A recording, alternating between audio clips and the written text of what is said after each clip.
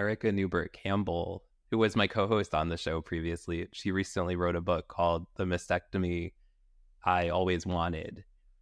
She talked about resilience at the event, and she talked about it from the perspective of we're already resilient and that we don't need to look for the resilience. It's already inside of us.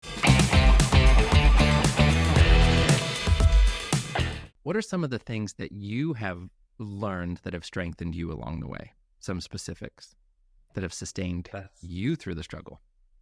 That's a really good question, because these conversations are weekly with people. One I would say is one other thing that is part of showing up is we do an in-person event every year. And we just held one in October of 2024. And Erica Newbert Campbell, who was my co-host on the show previously, she recently wrote a book called The Mastectomy I Always Wanted. She talked about resilience at the event. And she talked about it from the perspective of we're already resilient and that we don't need to look for the resilience. It's already inside of us. And that was really powerful. And she did a whole activity around it. And so I would say that is one thing. We're all already resilient. And that's not to say we're not going to have hard days. And maybe sometimes it's hard to find the resilience, right? Where our perspective that day or at that moment is we're not resilient. Maybe our perspective is we feel like crap. We want to go lie down and rest for the whole day, and that's okay, right? But the idea that we're already resilient, that was a powerful moment for me.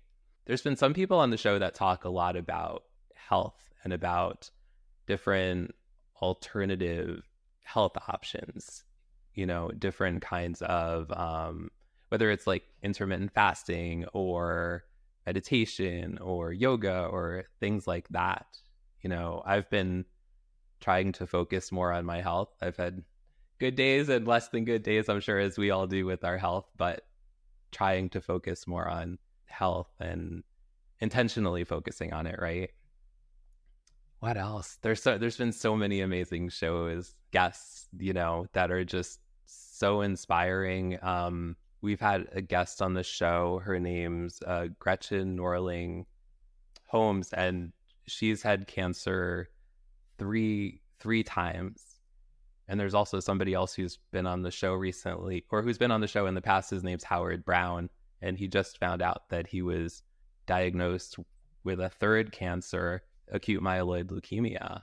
And just the mindset I find of people who have been through so much. We were talking about gratitude, right? Them having so much gratitude that they're still on this earth, and then also that they can help other people too, right?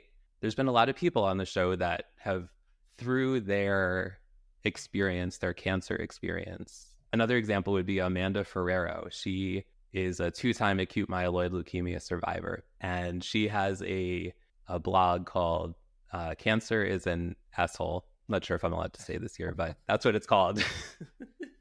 I love it. Because it is, right? Cancer is an asshole.